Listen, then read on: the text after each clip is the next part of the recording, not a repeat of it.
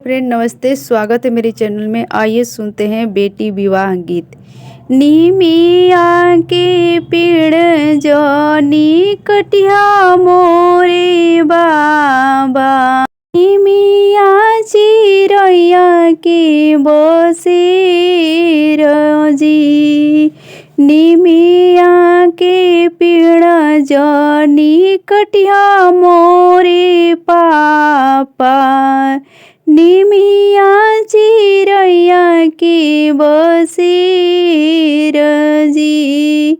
बेटी के गौरव जनी बोलिया मोरे बाबा, बेटी पाराया धन्य होत जी। बेटी के गौरव जनी बोलिया मोरे पापा, बेटी पाराया धन होत जी। चली जाई है बेटिया तो सुना होई आंगनावा, चली जाई है बेटिया तो सुना होई आंगनावा। रही जाई है आमाय किल जी, रही जाई है आमाय किल जी।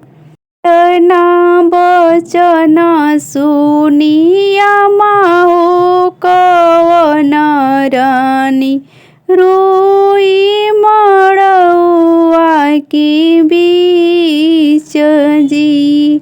अतना बचन सुनिया माहो कवन रानी, रोई मड़ुआ के बीच जी। 9 महीना बेटी कोखिया में पलनी, तुहरा के कतना दुलार जी। तुहरा के कतना दुलार जी। बड़ी हो जतनावा से बेटी के पोसनी, बेटी हो जाइए ससुराल जी।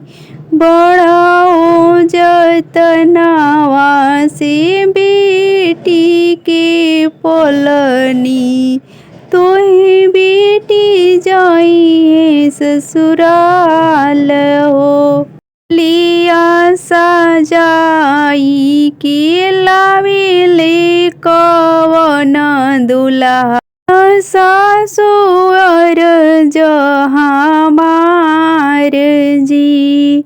डोलिया सजाई के लावेले कवन दुल्हा, सुन ससुर जहाँ मार जी। विदा कर मोरे सासुआ अपन बेटियावा, विदा कर दनिया हमार जी।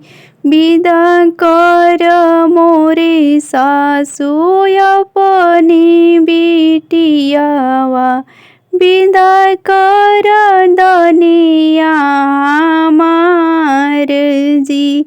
दुआरा से आविले भैया ओ कवन राम, नैना से बहिला नीर जी।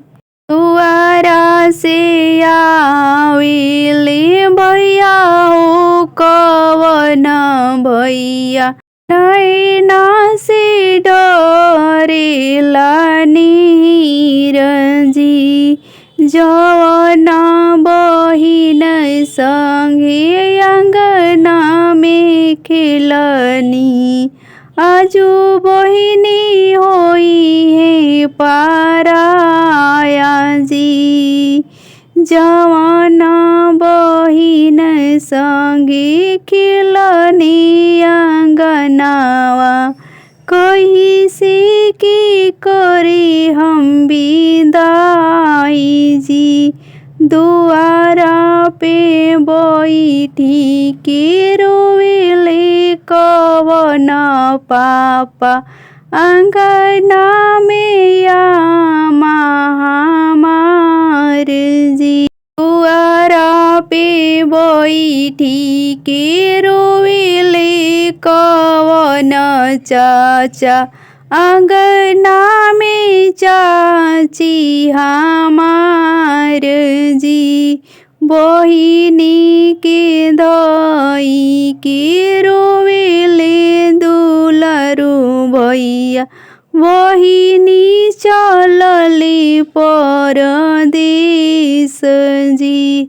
बहिनी के धई के रोवेले कवन भैया बहिनी चलले परदेस जी। रोई रोई बहिनी त भैया समुझावे सुन भैया अर्ज हमार जी। तोहरा के लिखल भैया बाबा की दुआरवा के लिखल दूर देश जी। तोहरा के लिखल भैया यमा के अंगनावा हमारा के लिखल